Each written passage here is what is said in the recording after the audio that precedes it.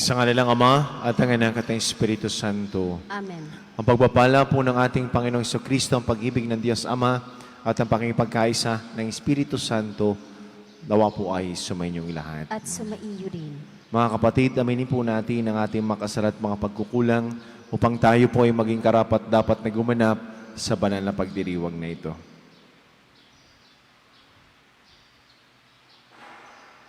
Inaamin ko sa makapangyarihan Diyos At sa inyong mga kapatid, na na lubha ako nagkasala sa isip, sa salita at sa gawa, at sa aking pagkukulang.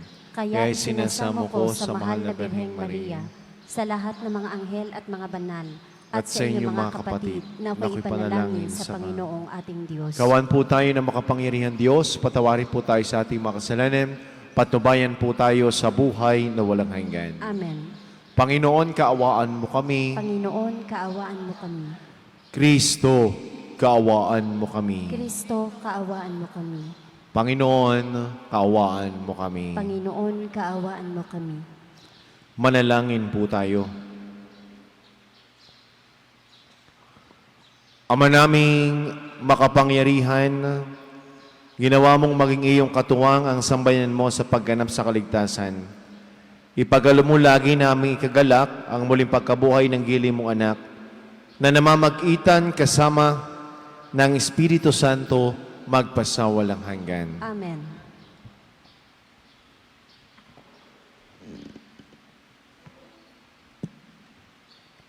Pagbasa mula sa mga gawa ng mga apostol. Noong mga araw na iyon, umalis si Pablo sa Atenas at nagtungo sa Corinto. Nagpunta siya roon sa Agila, isang Hudyong taga-Ponto. Kararating pa lamang nito mula sa Italia, kasama ang kanyang asawang si Priscilla. Umalis sila roon sapagkat pinalayas ni Claudio ang lahat ng Hudyo sa Roma. Nakipagkita sa kanila si Pablo at doon nakitira sapagkat sila'y manggagawa ng tolda tulad niya. At siya'y tumulong sa kanila. Tuwing araw ng pamamahinga, nakikipagpalinawagan siya sa sinagoga at sinikap niyang mahikayat sa pananampalataya ang lahat, maging Hudyo o Grego.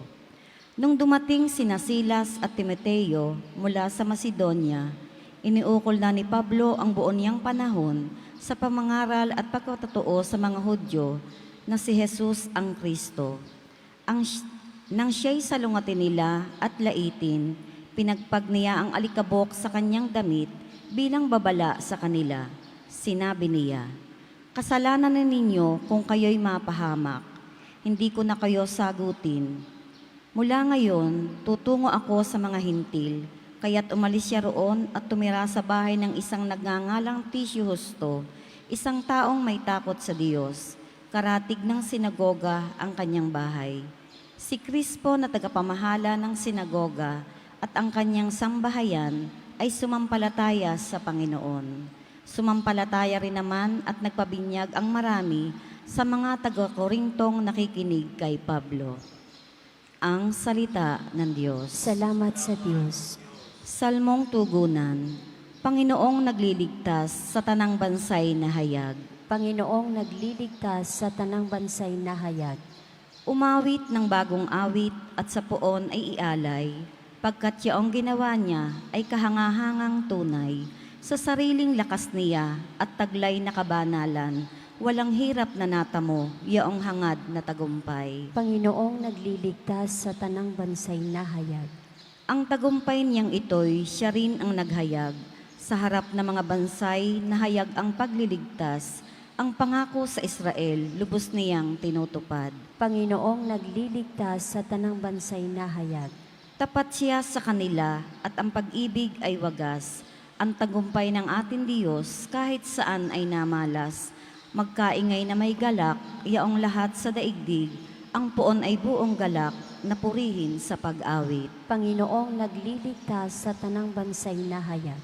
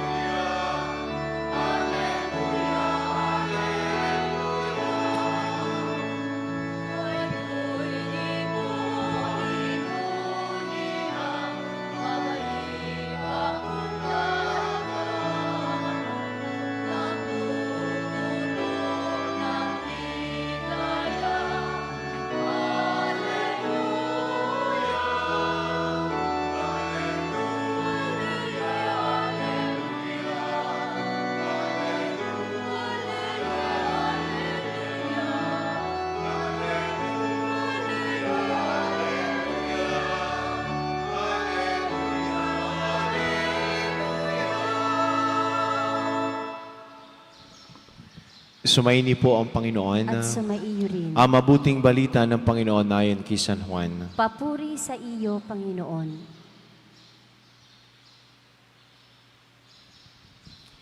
Noong panahon ngayon, sinabi ni Jesus sa kanyang mga alagad, kaunting panahon na lamang at hindi na ninyo ako makikita.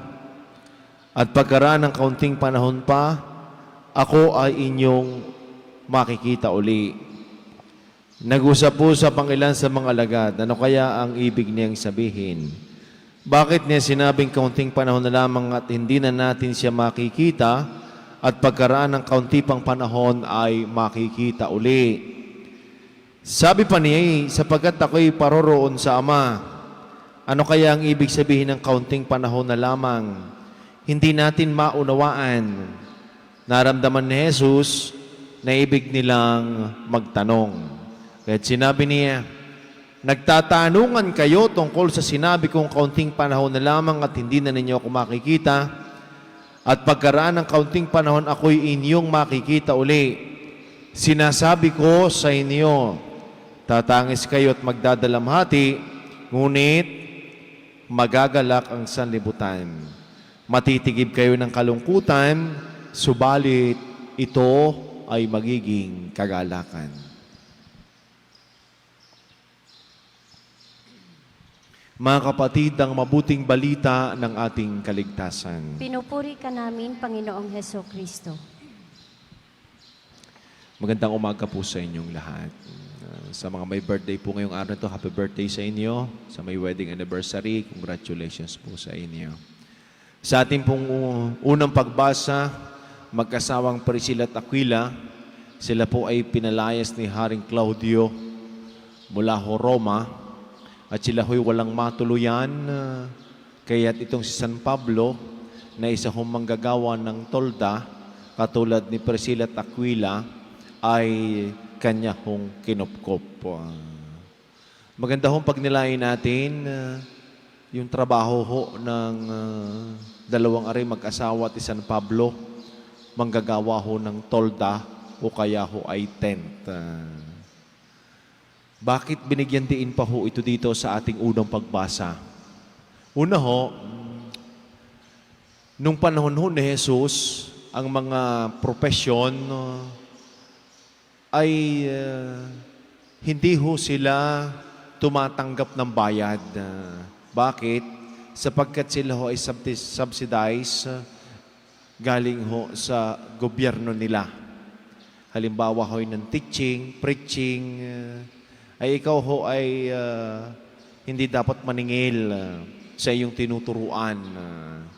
Kaya rin si San Pablo, dahil siya tent maker, ay ang ginagawa ho niya, pantustos para sa kaniyang misyon, ayun ho kanyang sweldo o pinagtrabahuhan doon ho sa paggagawa ng tolda ng tent.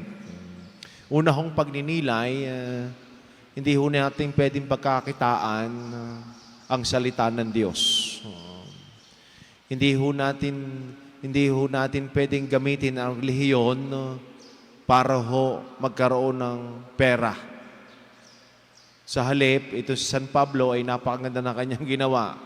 Ang pantustos niya ay kung ano yung kanyang kinita sa paggagawa ng tolda. Kaya ang ating Panginoong Yesus, kaya nagtagumpay din ang kanyang misyon, ay dahil din sa mga tao na tumutulong din sa kanya financially. Dahil kaunting abot para sa kanya at sa iba pa hong mga alagad. At yung ikalawa ho, magandang pagbigyan din ho natin ng diin, yun hong tolda. Sapagkat ito hong si Priscilla at Aquila, sila'y pinalayas, sila'y parang mga bakwit, ibakwis. Kaya naman, ito'y pagpapaalala din sa atin na yun hong mga nakatira sa tent, sila ho'y hindi sila permanente doong titira. Sila ho'y palipat-lipat. Kaya sa ikalawang pagninilay, maganda tingnan din ho natin ng atin din hong mga bahay, yan din ho'y parang tent. Hindi din naman ho yan permanent, sapagkat yan din naman ho ay ating iiwanan. Nothing is permanent here on earth. Lilipat din tayo, lilipas din ho tayo. Ang posisyon na pinangahawakan ninyo ngayon, na gusto-gusto ninyo laging hawakan, ang power, yan yung parang tent din. Lilipas din ho yan, mawawala din ho yan.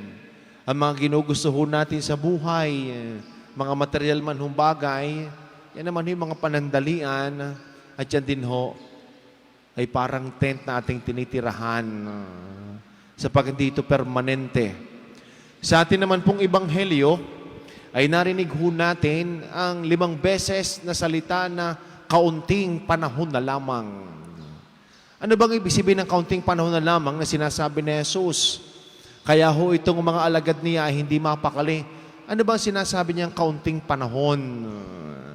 Marahil para sa atin, pag sinabihan tayong kaunting panahon na lamang. Marahil siguro pagtitiis, kaunting panahon na lamang. Makakaraos-raos din. Marahil yung pagtsatsaga ay kaunting panahon na lamang.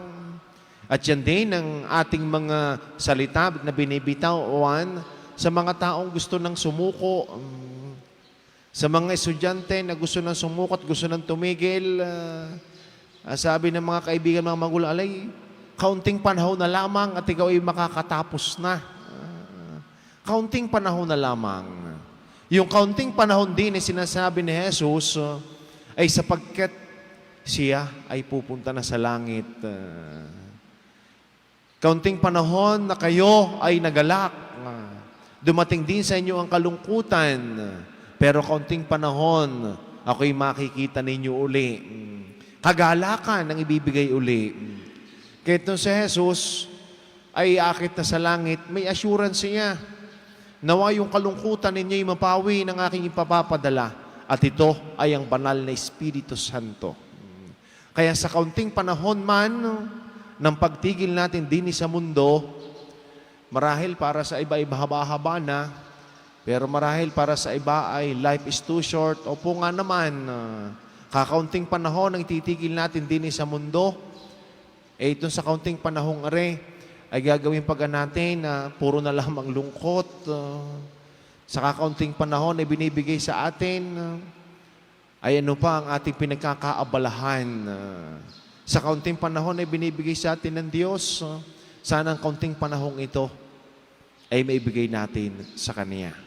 At ang kalungkutan ay tunay na magiging kaligayahan. Sapagkat hindi totaling iniwan tayo at iiwanan ni Jesus na mananatili tayong malungkot, may ibibigay ho siya ang espiritu ng kagalakan.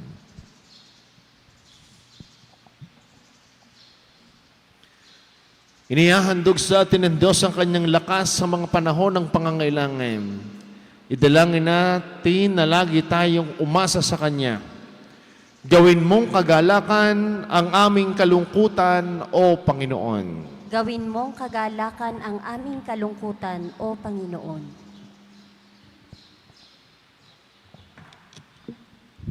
Ang simbahan naway buong tapang na magpatotoo at walang takot na magpahayag ng mensahe ni Kristo sa mundo. Manalangin tayo sa Panginoon. Gawin mong kagalakan ang aming kalungkutan, O Panginoon. Ang mga nabubuhay sa pangungulila at dalamhati, naway makaranas ng nakapagiginhawang presensya ng pag-ibig ng Diyos. Manalangin tayo sa Panginoon. Gawin mong kagalakan ang aming kalungkutan, O Panginoon. Ang mga nalulungkot o namimighati, naway makaunawa sa tunay na kahalagahan ng kanilang buhay.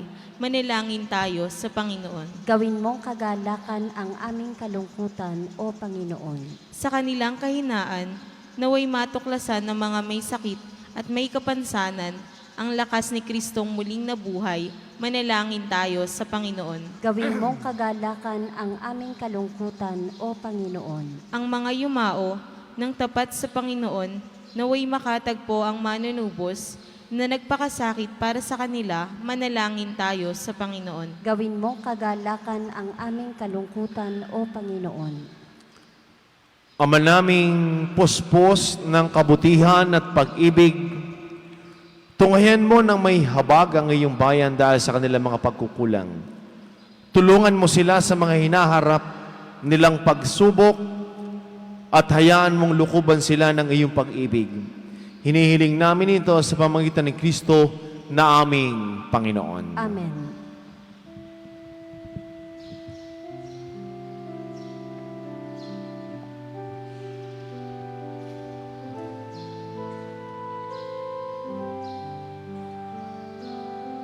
Kapurpuri ka, Diyos sa malumig ka sa libutan. Sa ipo kagandahan loob natin may alay. Mula sa lupa't bumaba, tinapay na ito para maging pagkain, nagbibigay buhay. Kapuri-puri ang buong may kapal, ngayon at kailanman.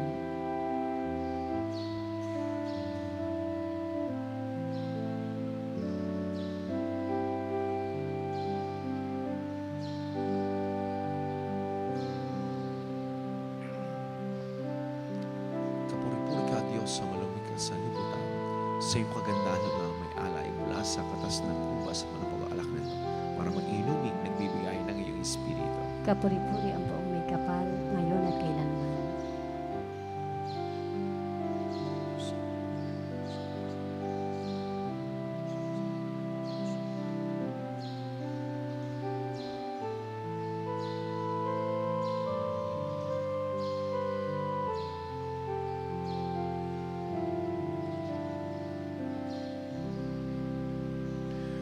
Manalangin kayo mga kapatid upang ating paghahain ay kalugdan ng Diyos amang makapangyarihan. Tanggapin nawa ng Panginoon itong paghahain sa iyong mga kamay, sa kapurihan at karangalan, sa ating kapakinabangan at sa buong sambayanan niyang banal. Ama naming lumikha, pakyatin mo po sa iyong piling sa kalangitan ng aming mga panalangin kalakip ng haing mga alay, upang ang mga pagindapat mong gawing dalisay ay maging marapat na makasalo sa piging ng iyong pagmamahal sa pamamagitan ni Jesucristo kasama ng Espiritu Santo magpasawalang hanggan. Amen. Sumaini po ang Panginoon. At sumaiyo rin. Itaas po sa Diyos ang inyong mga puso at diwa. Itinaas na namin sa Pasalamatan po natin ang ating Panginoon Diyos. marapat na siya ay pasalamat. Ama naming makapangyarihan, tunay nga pong marapat na ikaw ay aming pasalamatan ngayong pinagdiriwang ang paghahain ng Mesiyas, ang maamong tupa na tumubos sa aming lahat. Siya ay talagang maaasahan at ang katapatan niya sa pananagutan ay siyang bumago sa dating pamumuhay, sa sangkatauhang namihasa sa pagkasalawahan. Ang dangal ng tao ay ganap na itinampok upang mamana namin sa pakikipagkapatid kay Jesus. Kaya kaysa ng mga anghel na nagsisiawit ng papuri sa walang humpay sa kalangitan, kami po'y nagbubunyi sa iyong kadakilaan. Santo, Santo, Santo Panginoong Diyos ng mga hukbo, napupuno ang langit at lupa ng kadakilaan mo. O sana sa kaitaasan. Pinagpalang na parito sa ngalan ng Panginoon, o sana sa kaitaasan.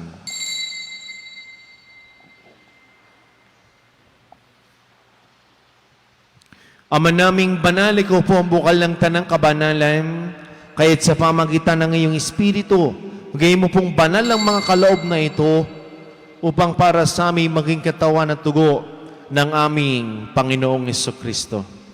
Bago niya, pinagtiis ang kusang loob na maging handog, hinawakan niyang tinapay, pinasalamatan kaniya, pinaghati-hati niya iyon. Iniabot sa kanyang mga alagad at sinabi,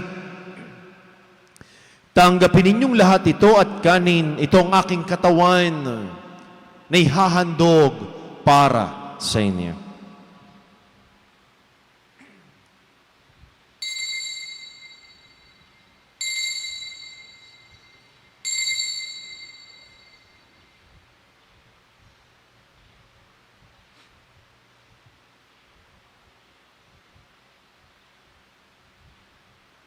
Gayon din naman, nung matapos ang hapunan, hinawakan niya ang kalis, muli kanyang pinasalamatan. Inibot niya ang kalis sa kaniyang mga alagad at sinabi, tanggapin ninyong lahat ito at inumin. Ito ang kalis ng aking dugo ng bago't walang hanggang tipan. Ang aking dugo na ibubus para sa inyo at para sa lahat. Sa kapagpapatawad ng mga kasalanan, gawin ninyo ito sa pag-alaala sa akin.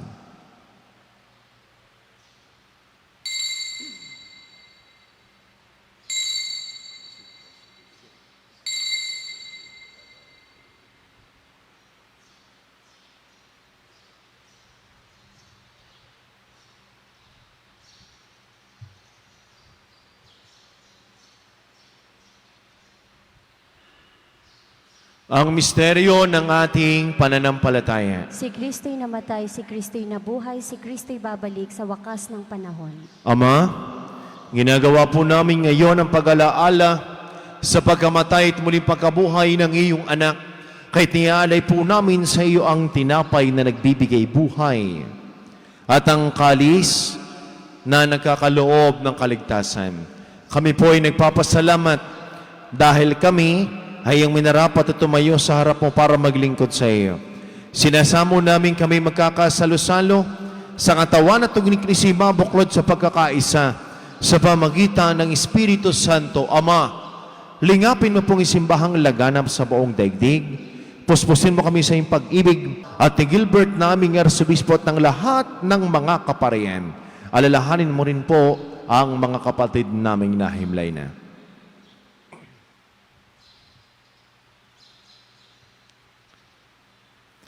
Nang may pag-asang sila ay muling mabubuhay, gayon din ng lahat ng mga pumanaw. Kawan mo sila patuloy sa iyong kaliwanagan. Kaawaan mo po at pagindapatin kaming lahat na makasalo sa iyong buhay na walang wakas. Kaysa ng mahal na Birheng Maria, na ina ng Diyos ni Poong San Jose, ang kalisisang esposo na mahal na Birheng Maria na ating ding patron, kaysa ng lahat ng mga apostol San Jose Marelo at ng lahat ng mga banal na namuhay sa daigdig ng kalugod-lugod sa iyo, may pagdiwang nawa po namin ang pagpupuri sa kararangal mo sa pamagitan ng iyong anak na aming Panginoong Hesu Kristo.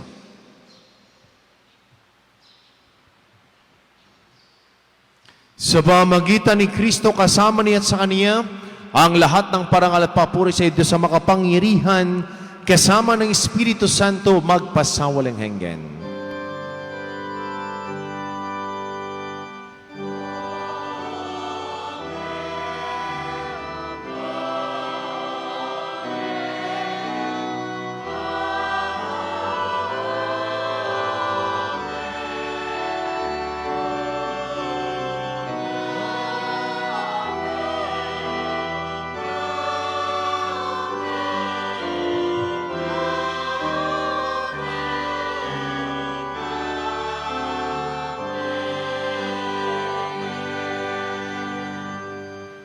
Sama-sama po nating awitin na may kababaan ng loob at lakas ng loob ang panalangin tinuro sa atin ng ating Panginoong Jesucristo.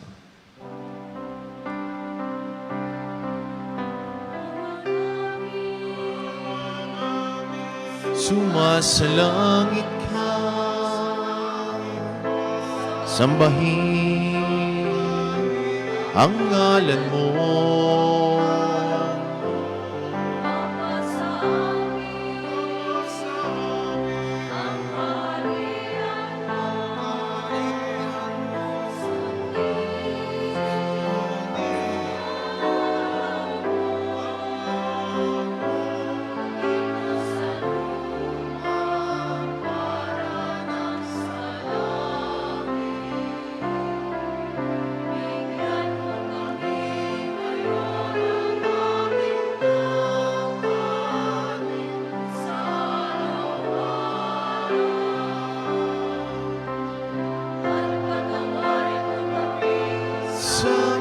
Sala, arana, ang papatawad namin. Sa nagkakasala sa amin, kami ipahintulong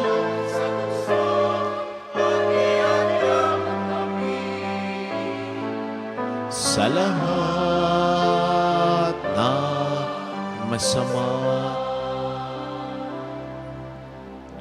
Hinihiling po namin kami ay adya sa lahat ng masama, pagkalooban po ng kapayapaan araw-araw, ligtas sa kasalanan at ilayo sa lahat ng kapahamakan. Samantalang aming pinananabikan ng dakilang araw ng pagmapahayag ng tagapagligtas naming si Hesu Kristo. Sapagkat iyo ang kaharian at ang kapangyarihan at ang kapurihan magpakailanman. Amen. Panginoong Hesu Kristo, sinabi mo po sa iyong mga apostol, kapayapaan ang iniiwan ko sa inyo, ang aking kapayapaan ang ibinibigay ko sa inyo. Tungayan mo po ang aming pananampalataya at ang aming mga pagkakasala, Pagkalooban po kami ng kapayapaan at pagkakaisa ayon sa iyong kalooban, kasama ng Espiritu Santo, magpasawalang hanggan. Amen. Ang kapayapaan po ng Panginoon ay lagi ng sumainyo. At sumaiyo Agbigayan po kayo ng kapayapaan sa bawat isa. Peace be with you po. Kordero ng Diyos na nag-aalis ng mga kasalanan ng sanlibutan, Maawa ka sa amin, Kordero ng Diyos na nag-aalis ng mga kasalanan ng sanlibutan, maawa ka sa amin. Kordero ng Diyos na nag-aalis ng mga kasalanan ng sanlibutan, ipagkaloob mo sa amin ang kapayapaan.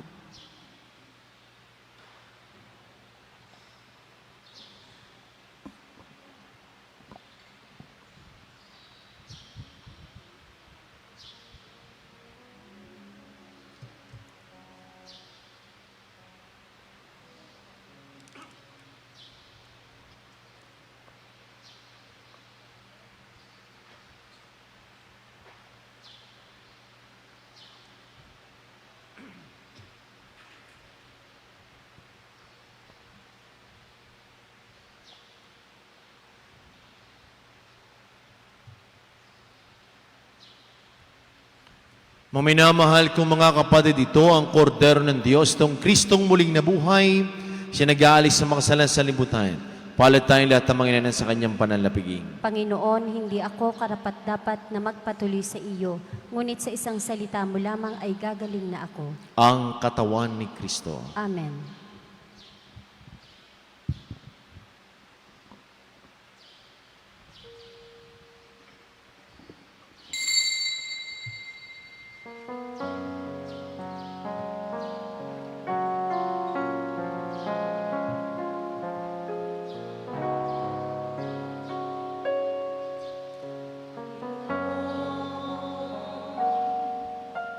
Lahat ng takot sa iyong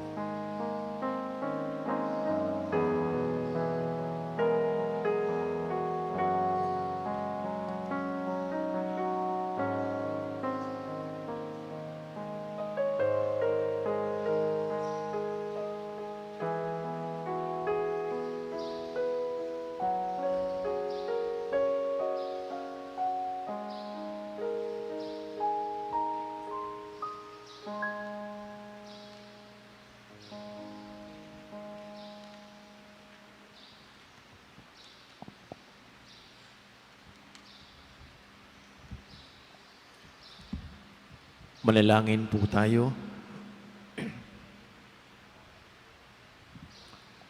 Ama naming mapagmahal, kami pinapagsala mo sa pagkabuhay na iyong anak. Ay pakinabangin mong lagi sa kanyang lakas bilang bungang masagana, nang dulot mong pagliligtas sa pamagitan niya kasama ng Espiritu Santo magpasawalang hanggan. Amen. Sumaini po ang Panginoon. At sumaiyo rin. Pagpalain po kayo, ingatan, gabayan, lingapin, subaybayan, kasama na po yung buong pamilya ng ating mapagpalang Diyos. Sa ngalan ng Ama at ng Anak at ng Espiritu Santo. Amen. Humayo po kayong taglay ang kapayapaan. Salamat sa Diyos. Magandang umaga po sa ating lahat.